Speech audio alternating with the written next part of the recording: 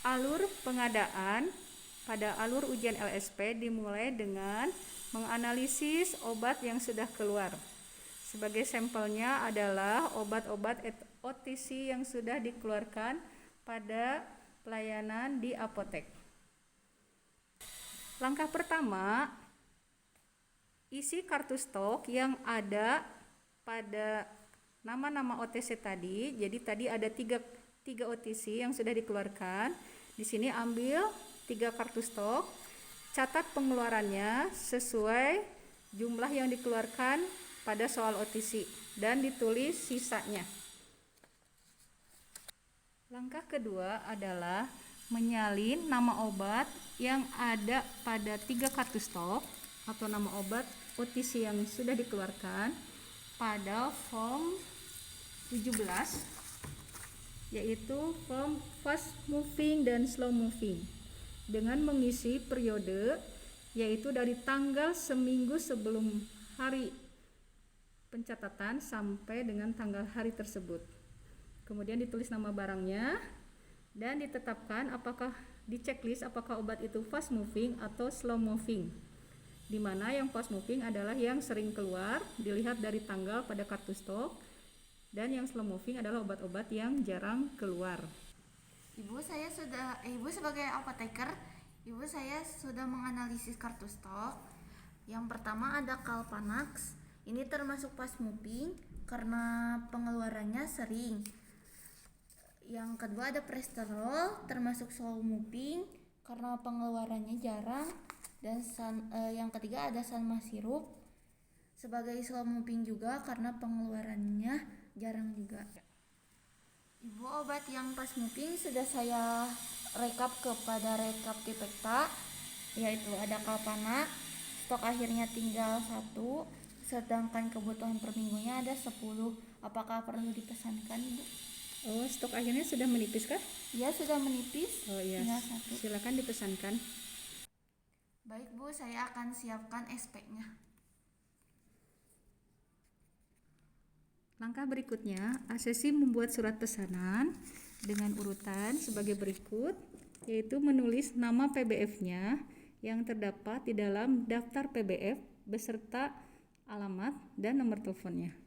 Kemudian menuliskan nomor surat pesanan, nomor diisi dengan nomor seri soal yang diperoleh, kemudian titik-titik setelah LSP SMK YPF diisi dengan bulan dan tahun. Bulannya ditulis baiknya dalam bentuk Romawi.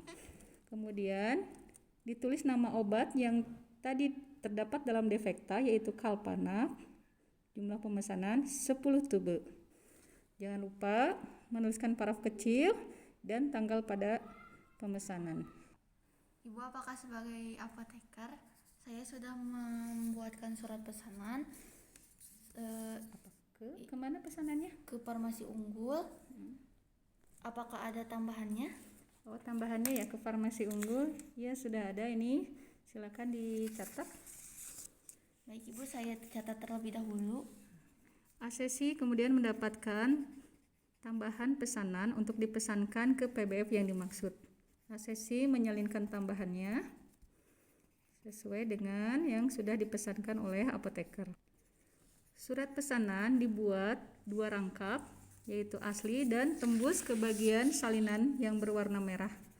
Nah, sebaiknya agar tidak menulis ulang, maka dibuatkan karbon, disalin dengan dirangkapkan atau disalin di alas karbon sehingga ASESI tidak menulis 2 kali. Ibu, saya sudah menyiapkan SP-nya, mohon ditanda tangan. Oh ya, sebentar.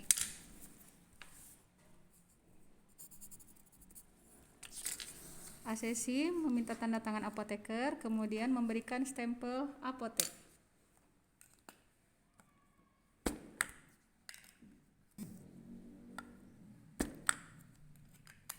Ibu, saya izin untuk menelpon PBF pemesanan.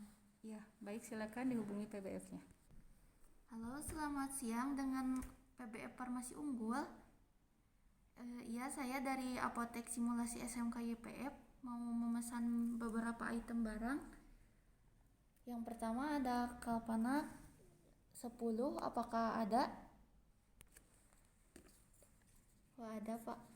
Yang kedua ada Caladin Losio 3, apakah Simples 3 sama Amlodipine 10 mg 3, apakah tersedia barangnya Pak? Oh ada ya. Apakah ada potongan harga Pak? Oh tidak ada. Bisa dikirim hari ini jam 12 Pak. Oh iya, jam 1 ya Pak, ditunggu. Sistem pembayarannya apakah bisa kredit? Berapa hari Pak? 30 ya. Apakah barang yang rusak atau mendekati expire dapat diretur? Dapat ya. Saya ulangi lagi apa pemesanannya. Kalpanax 10 tube, Caladin 3 botol, Dextim Plus 3 box, Amlodipine 10 mg 3 box. Tidak ada potongan harga, dikirim hari ini jam 1. Sistem pembayarannya kredit 30 hari, dan apabila ada barang yang expire atau mendekati expire dan rusak dapat diretur. Terima kasih. Pada waktu ACC menelpon PBF, ACC sambil mengisi form 23 yaitu monitoring kesepakatan transaksi, monitoring distribusi 1. Jadi sambil menelpon sambil mengisi data-data kesepakatannya. Ibu, saya sudah menelpon ke PBF mau minta tanda tangan. Ya. Oke, enggak. Sesuai kapan datangnya? Datangnya hari ini jam 1 Ibu. Tidak ada diskon ya? Tidak ada diskon. Barang dapat diretur kalau apa saja? Dapat diretur. Jika ada barang yang tidak sesuai bisa diretur? Bisa diretur. Oh ya. Ya baik, kita tunggu barangnya ya. Ya. Kemudian yang sudah monitoring yang sudah ditandatangan diberi cap apotek. ACC lalu menempel kopi surat pesanan pada jurnal yang berwarna merah ya. Ibu, izin Ibu sebagai PBF saya mau menerima barang. Selamat siang. Siang. Saya dari PT Farmasi Unggul mau kirim barang. Iya, terima kasih Ibu telah datang tepat waktu. Saya cocokkan terlebih dahulu faktur dengan SP-nya. ACC mencocokkan faktur dengan SP salinan yang berwarna merah. Dilihat apotek tujuannya sudah betul atau tidak, jenis-jenis item barang dan jumlahnya sudah betul ataukah tidak. Ibu, faktur dengan SP-nya sudah sesuai? Sudah sesuai ya? Iya, mohon ditunggu saya cek dulu barang dan kondisi barangnya. Ya, mangga silakan.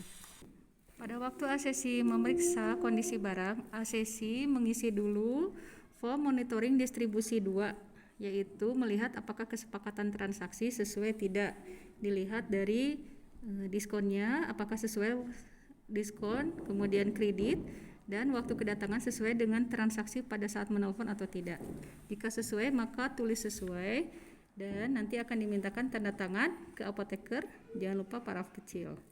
Kemudian ACC menuliskan nama-nama obat yang terdapat dalam box yang diterima sambil diisi kondisi barangnya baik atau tidak baik. Sebagai contoh, ini salah satu obatnya Dextim. Dari 3 buah Dextim ada 1 yang kondisinya tidak baik, yaitu mendekati ED. 1 buah mendekati ED. Setelah saya cek kondisi barangnya, ternyata ada 1 Dextim yang mendekati ED. Oh, ya, berapa ED-nya? Tanggal berapa? Tanggal 1 Januari 2022. Oh ya, 3 bulan lagi ya? Iya, 3 bulan lagi. Jadi gimana? Mau diterima apa enggak?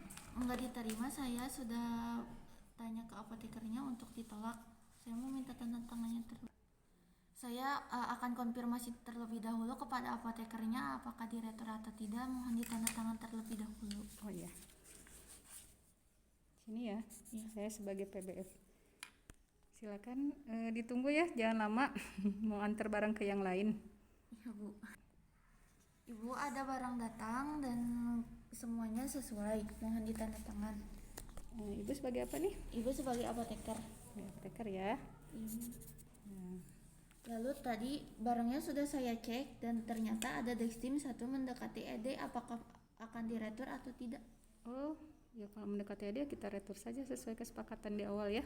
Oh, kalau begitu mohon tanda tangannya Ibu. Oke. ACC ketika lapor kepada apoteker untuk monitoring distribusi 2 dan kondisi fisik barang agar tidak bolak-balik sudah menyiapkan form retur yang sudah diisi, barang yang diretur, juga sudah memperbaiki fakturnya untuk barang yang ditolak. Nah misalnya nih Dextimnya harusnya 3 tapi ditolak 1 sehingga harganya juga akan berkurang 1 buah. Nah kemudian harga total ini dikurangi dengan harga 1 buah perbaiki, dihitung juga persen PPN-nya yaitu 10/100 dikali harga ini. Kemudian hasil ini dijumlahkan. Nah ini jadi harga total yang ini diperbaiki di sini. Kemudian jangan lupa siapkan nama apotekernya.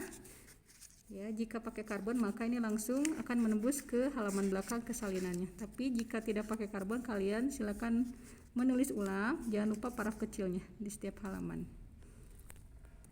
Ibu, saya sudah menyiapkan pemreturnya, mohon ditandatangan. Oke. Dan saya sudah memperbaiki fakturnya, mohon ditandatangan juga Ibu.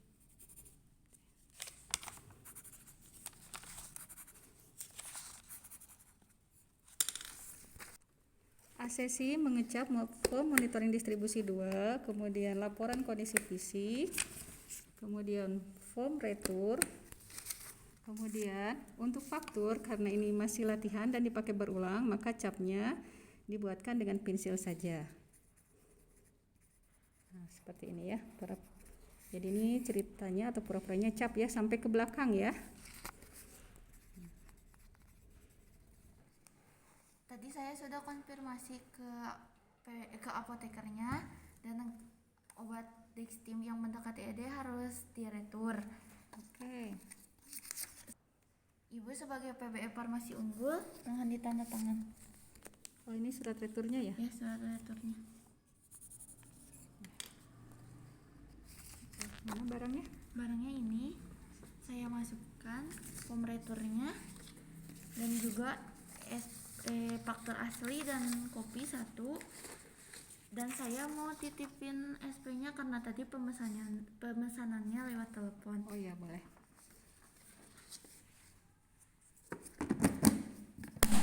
Oke, saya bawa ya. Ya terima kasih. Sama-sama. Barang yang diterima disimpan di karantina gudang.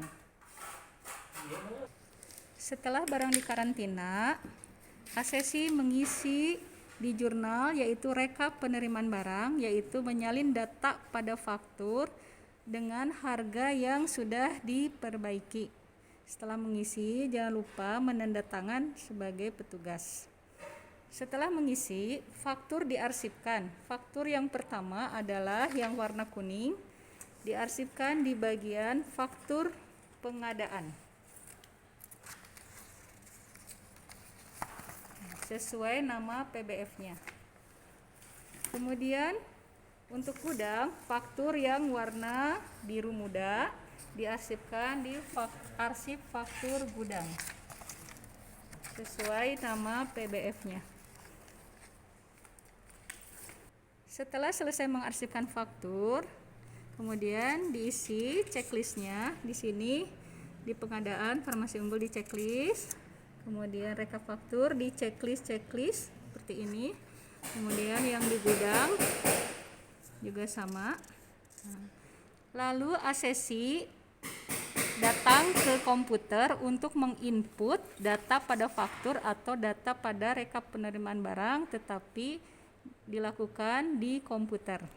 Saya menyimpan Dextim berdasarkan obat keras,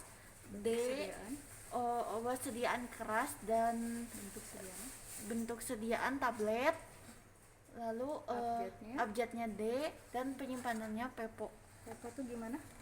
Yang expire terlebih dahulu di depan Juli, Agustus.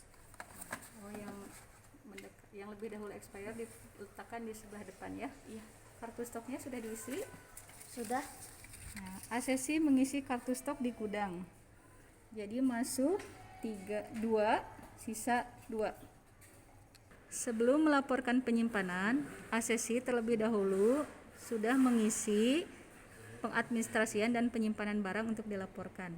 Seperti ini, nama obatnya ditulis, golongannya misalnya di sini Kalpanak, obat bebas terbatas, alfabet K, bentuk sediaannya krim atau setengah padat, FEVO-nya checklist, kartu stok checklist, dan diparaf oleh petugas. Tugas berikutnya adalah ASESI melakukan kontrol obat kadaluarsa. ASESI mengambil kotak obat dus kontrol kadaluarsa sesuai soal atau yang di seri yang didapat. Contoh dus kontrol nomor 6. Setiap nama obat disalin pada form kontrol kadaluarsa. Seperti ini. Ada 4 jenis obat. Yang pertama, obat yang ED-nya masih jauh tapi jumlahnya masih banyak, beri keterangan menumpuk. Obat yang ED-nya masih jauh tapi jumlahnya sedikit, beri keterangan aman. Obat yang mendekati ED, beri keterangan mendekati ED. Dan ada satu obat yang sudah expire, beri keterangan expire atau ED. Obat yang kadaluarsa disalin pada form di bawahnya, yaitu form rekap barang yang sudah kadaluarsa. Seperti ini. Kemudian setiap forum ditanda tangan. Setelah itu ASESI menyimpan obat-obat yang sudah dikontrol di rak kontrol obat kadaluarsa. Nah, ini untuk obat yang tidak ada masalah diletakkan sesuai. Kemudian ada obat slow moving, obat yang mendekati ED, dan obat yang kadaluarsa. Diletakkan jangan lupa sesuai seri yang didapat. Nah, misalnya untuk seri 6 harus di lemari seri 6. Tugas berikutnya adalah melakukan atau menyiapkan resep-resep yang akan dimusnahkan, yaitu resep-resep yang sudah tersimpan di apotek 5 tahun, ya, minimal 5 tahun. Jadi jika hari ini tanggal 14 Oktober, maka resep yang akan dimusnahkan 5 tahun ke belakang adalah yang tahun 2016, dari awal tahun 2016 sampai 1 hari sebelum tanggal hari ini. Jadi sampai tanggal 13 Oktober itu yang maksimal yang akan dimusnahkan. ASESI hanya menyiapkan berita acara tetapi tidak melakukan pemusnahan. Ibu, ini ada resep yang akan dimusnahkan dari 4 Januari 2016 sampai 7 Oktober 2016. Yang mana ditandai? Dari sini sampai sini. Untuk dimusnahkan ya? Untuk dimusnahkan. Ini berita acara pemusnahannya sudah saya buatkan. Oh ya, baik, nanti kita lakukan pemusnahan. Saksinya siapa nanti?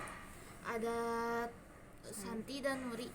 Demikian alur bagian pengadaan, pemusnahan, dan kontrol obat kadaluarsa. Mudah-mudahan bisa dipahami. Assalamualaikum warahmatullahi wabarakatuh.